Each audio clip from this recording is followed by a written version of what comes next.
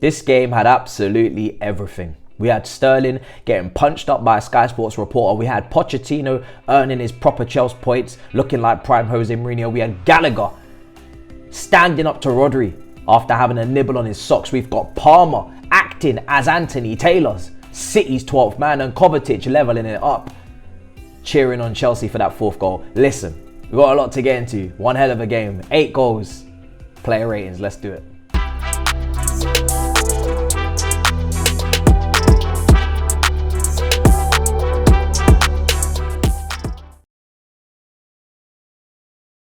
Yo people, welcome back to the YouTube channel. You already know what time it is. It's time for another video. Big up your damn selves in the building. Make sure you smash up the likes every single damn time and subscribe if you are new. Chelsea versus Manchester City player ratings.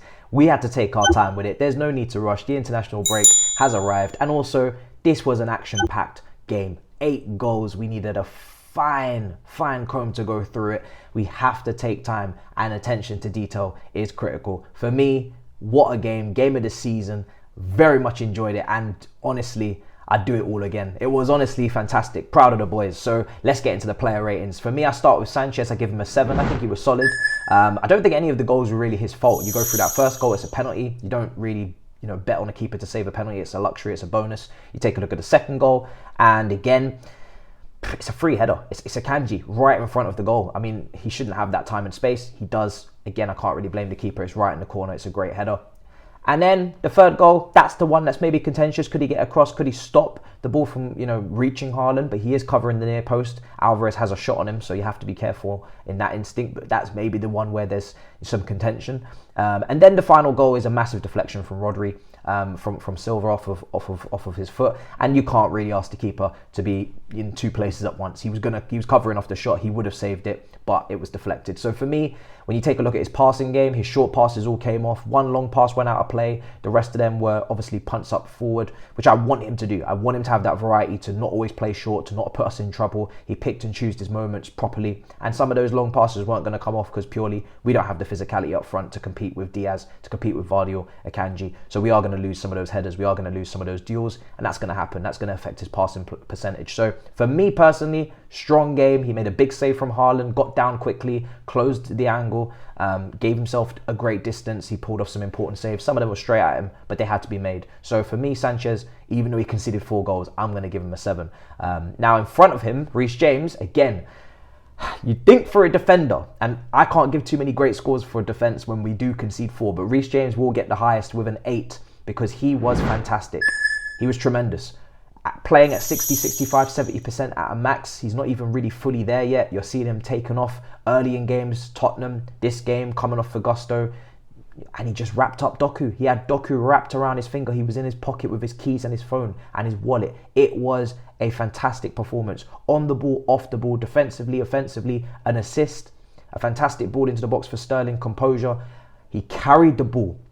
Once he had done his little intricate 1-2s with Palmer, once he had done his lovely link-up plays with Caicedo, he burst through the lines, carried the ball forward and got himself into dangerous positions, took advantage of the space. And a lot of the time, Palmer did tuck in, so it gave him that extra room to surge forward, and he certainly took advantage. And he bodied Doku multiple times, and it wasn't an easy job either because he had Bernardo Silva tucking in that left half space, making those underlapping runs for Doku to give width to this team and to give another option. So he had sometimes outnumbered 2v1, similar for Cucurella on the other side. So it was a tough job. It was a demanding job physically, and that's why he didn't play the full 90, but he was brilliant and he handled his business, and he led this team. So he gets an 8. I think Disasi gets a 6.5. Listen, you concede 4 goals. It wasn't a standout performance from him. It wasn't anything special. We did concede 4 goals. And we did get cut open quite easily through the middle. The midfield have to take responsibility for that as well, and they will in their ratings. But also for a team that concedes 4, there could have been better defensive positioning at times and dealing with Hairline in those little runs off the ball, the balls across the box, and also just for that chance, we were wide open. We should have stopped him 2v1. So Silva gets a 7 as well. He scored, but for the Akanji header, could he have got tighter? Should he have been tighter?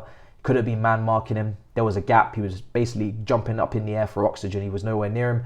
And then obviously, like I said, for the positioning for the Hairline shot as well, could have been tighter. Maybe could have read that better. So I don't think it was a perfect performance from our centre-back pairing, but he got a goal, crucial, and the mentality was spot on. And Disasi, shout out to him for raising the levels of the team after the goal was conceded for the fourth, because from people that went to Stamford Bridge will say that he was barking and saying, listen, the game's not gone, the game's not over. The mentality was clear from him to the rest of the team, showing some leadership qualities. And also, he was in the midst of the battle when we were going up against those City players, and Mudryk was flicking bogeys onto Walker's chest and Gusto was smiling away. So there was a nice little battle there. We're starting to become fighters again. The team was weak. The team was brittle. The team was easily broken. The team would disintegrate. Any sort of physical conflict or anything, this team would just shy away. We were fine and fun to play with. Now the team's starting to become a bit more, stronger, starting to become a little bit more resistant, starting to actually engage in this physical battle and in these little, riffraffs. And I like that. And Disasi's a big part of that. So fair play. So 7 for Silva. 6.5 for Cucurella. Again, like I said, the fullbacks had a tough job. It wasn't a special performance from him, but he had a tough job up against Foden and Alvarez, tucking in, underlapping run. Similar to what I said with Bernardo, happened with Alvarez, and he cut it back for Hairline, and he didn't really have much help, not much support. So 6.5 there. But like I said, it wasn't anything special from any of the defenders from a defensive standpoint, unless your name's Reece James. Foden did get the better of him sometimes. Sometimes he got the better of Foden. It was a scrappy kind of back and forth. In the midfield, Caicedo gets a 6.5. I think out of the two midfielders, he was definitely the worst one. Had a great performance against Tottenham. Kind of was the reason we got back into the game. He was the catalyst for change in that game. But in this game, he went missing. He wasn't really at his best. Bernardo Silva spun him for one of the goals as well. That allowed to have acres of space through the middle. That allowed that transition to happen. And he just wasn't really at it. Wasn't as imposing. I think he led for interceptions in the first half. In totality for the whole, midfield or everybody on the pitch, really. But in the second half, like I said, it wasn't really his brightest day. Enzo was slightly better for me. I think Enzo did get a lot of criticism after this game. Personally, I thought he played quite well. He was pretty decent. Did he have this incredible long-range 30-yarder? No. Did he get an assist? No. Did he, absolutely set the world alight? No. But if you look at Enzo's game and the things that he did, especially in build-up play, he was absolutely integral to the way that we played out from the back. And those nice passages of play don't happen without Enzo. He was dropping into the left, kind of the left-back role at times and letting Cucurella push a bit further forward, similar to what happened at Benfica with Grimaldo, who's doing fantastically well for Bayer Leverkusen at the moment, scoring, assisting. I think that's what Poch wants, is he wants a left-back that can, and this is why Cucurella finds himself in such advanced positions, high up the pitch, sometimes in goal-scoring opportunities. He wants a left-back that is good technically, yes, but can contribute in the final third and leave that space vacant for Enzo to kind of drop into that deep line playmaker position and pick up the ball. Otherwise it gets overcrowded and you need runners. So that's where maybe Cucurella's position is becoming more advanced, and they are trying to coach him in that way. But Enzo in build-up was very good. Loads of lovely little passes here and there. And if you look at, and I'm going to go to these stats, if you look at his stats for this season in the Premier League, he ranks really highly for important metrics that people don't really care about. They want the goals, they want the glamour, they want the assists. But the progressive passes are key. The long balls are key for switching play, for stretching out defensive shape, so defensive lines. These things that he's doing, they are important to do, and it's his role. So I think people are kind of almost, they're kind of wanting Enzo to be the player that he's not. We saw him in the 10 earlier in the season. That's not where he should be. He's not going to be clouding up, he's not going to be conjuring up GA every single game. That's not his game. Deep midfield player, pulling strings, helping us control games. And to be honest, if you take a look at possession coming into this game, we were only second to Man City this season for average possession. We've controlled a lot of games. So Enzo's a big part of that. So yeah, for me, listen, he can improve. He can be better. When he does take his long shots, they need to be more accurate. But just be thankful that we have players of this caliber, because right now people are trying to tear us apart and be like, oh, him versus Gallagher, him versus Caicedo, Lavia will be back as well. We're just lucky to have all of these ballers. I'm not going to lie to you. They're midfielders that every one of these other top teams, maybe barring City, but I'd say even City would take, these guys over maybe Cover or definitely Phillips. A lot of these teams that are trying to, create friction and create frenzy, they all take Enzo, they all take Caicedo. So don't let a drop off in performance here and there for young players that are like, 21, 22, cloud your judgment in terms of the long term, because these guys are ballers and there is no doubt they're going to be top players and they will put in top performances as they have done, as Caicedo did against Spurs. So a 7 rating for him. Gallagher for me gets a 8. Just tremendous, honestly. Fantastic performance from him. just the press. I mean, we took full advantage of the fact that Man City left Rodri to die alone in midfield by himself. Bernardo Silva, like I said, was pushing up in the left half space, trying to underlap. They had, Alvarez pushing up on the other side in the right half space, trying to underlap. They had Foden, they had Doku, and it was just Rodri by himself. And Rodri was poor, like he wasn't good, but that was because Conor Gallagher pressed the living daylights out of him.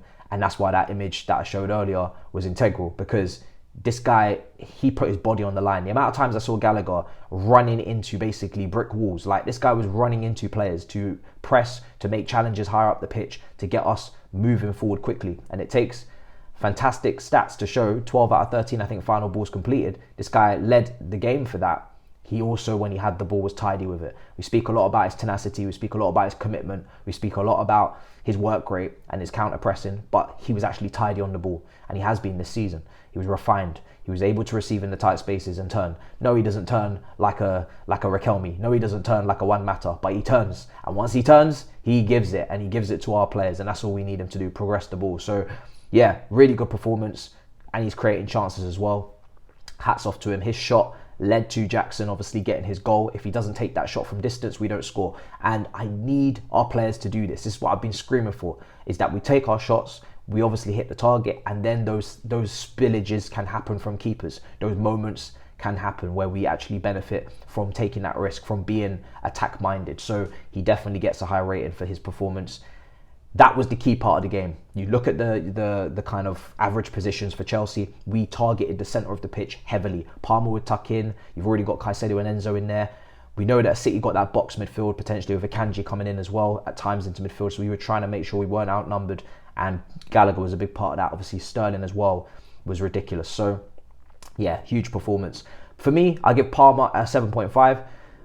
There was a lot of time in this game where I was like, I want Palmer to get into the game more. Maybe early parts, maybe first half, and then he grew into the game as the game went on. There was a couple of little sloppy pieces of play early on, and we were like, oh, has Pep got in his head? Is he nervous? Who knows? But he grew into the game gradually, and then he started to assert himself. And then when he really peaked, he was dribbling past like 4 or 5 players, and then he scored an incredible goal through the centre of the pitch. And he just started to ooze with class, and he started to link up with Reece James, and he started to show his qualities. And then, obviously, for the penalty, he scores, and it's a fantastic finish into the roof of the net. Pressure penalty. He had to wait for minutes on end, and he still managed to keep composure and put it in the back of the net. So I won't give him a high rating in Gallagher. He got man of the match. Personally, I would have given it to Sterling, but I'll give him a 7.5. Still a very, very good performance from Palmer against his old club. And then Sterling has to get a 9. Like, Sterling was the best player on the pitch for me. Sterling, by far and away, was our best player. He was ripping Walker a new one. He was nutmegging people. He was committing Walker constantly. He was going outwards. He was going inwards. He was doing cutbacks. He was putting in crosses. He was taking shots. He was on form. He was going past 3-4 players at a time and really going past a block on his own. And it was like, not only was his performance on the ball impressive, and he got his goal and he was there in the right place at the right time, etc. But then off the ball, this guy, look at his statistics, man. Recoveries, ball recoveries through the roof, duels through the roof. He was fouled a lot as well. This guy was just the complete winger. In this game, he was the complete winger. Off the ball, on the ball, put the work in. And Man City, when they put Akanji in with Rodri and they tried to change things up, and we tucked in Palmer, and we swapped Palmer with Gallagher at one point, and Gallagher went out to the right to try and stop the overloads over there. Man City centre-backs were so spread out. It was like Vardy on one side of the pitch, Diaz on the one side of the pitch, and Walker on the other. Like, you look at Man City at times, their defensive line was so spread out, so many gaps. And Sterling was like a dog with a bone. He was ruthless. He absolutely suffocated Walker so many times, got right up in his face, and made sure that we won the ball high at the pitch. And started our attacks from there. So we didn't have to constantly reset and build from the back. And we did that, but we also was on it in terms of the counter press, and he was a big part of it. Him and Gallagher on the counter press were nasty. So yeah, fantastic from him. Gets his goal, 9 for me. And then Jackson, I give a 7. Again, Jackson was another one where I was like, I want to get him into the game more. Let's get him into the game more. In the first half, we didn't see as much of him as we did in the second, but he got his goal. And we've been saying that we've been getting nice, well-rounded performances outside of the box. Dropping deep, linking up, going past players, completing dribbles. So now we're getting goal. 4 goals in the last 2 games, I'ma take it. Goal in this game, I'ma definitely take it. right place, right time, which we've said before, box movement, you need to be pouncing, you need to be alive, you need to be in cuckoo in pre-season, where he was on the end of those kind of little moments in the box where things fall to you. He was there and he scored a crucial goal. So you're going to get a 7 for purely being in the right place at the right time, which is what we've asked of you. I already know you can do the dropping in and stuff. I know you can do the dropping off the left, the shoulder, you know, drop a shoulder, dribble pass. You can do that. Great. Now we know you can do that. Now we want goals. Once we get the goals, we sorted. So he gets a 7. Mudryk, he needs his flowers because he came off the bench and he changed it a little bit. He attracted 3 or 4 players to him on that left-hand side, opened up space for Caicedo, brought it in, and then we managed to get a goal through that, you know, through that left-hand side that he was operating on when he came on. So I gave him a 7 for purely making some sort of impact and coming on and contributing to the game. A game that was being played at pace, a game that was, you know, it was alive, it was a blockbuster, it was box office. So to come in cold feet, off the bench, anyone who's coming into that environment, they might look a bit off the pace, but he came in, he got to the pace, and he contributed. Broja also gets a 7. Again, he contributed. He won the penalty. Key. What do you ask of your players when they come off the bench? Impact. Change the game. He did that. He changed it. He won his pen. It was a great little, you know, drop of the shoulder from him. Sold the dummy to Diaz, who committed. We got a penalty. We equalised. So he gets a 7. Leslie Okachuku, I'll probably give him an NA. He didn't have enough time to impact. And yeah, listen, for me, solid. Really solid performance. Gusto, probably give him a 6.5. He had a chance, he could have scored. It is what it is. I don't expect a right back to really put that in unless his name's Reece James. The drop-off is not really that, like, it's not problematic. Where when Gusto comes on, I don't fear for my life because Gusto's solid. But Reece James obviously is like world-class, right? He's oozing with quality on and off the ball. He can shoot. His free kick was ridiculous.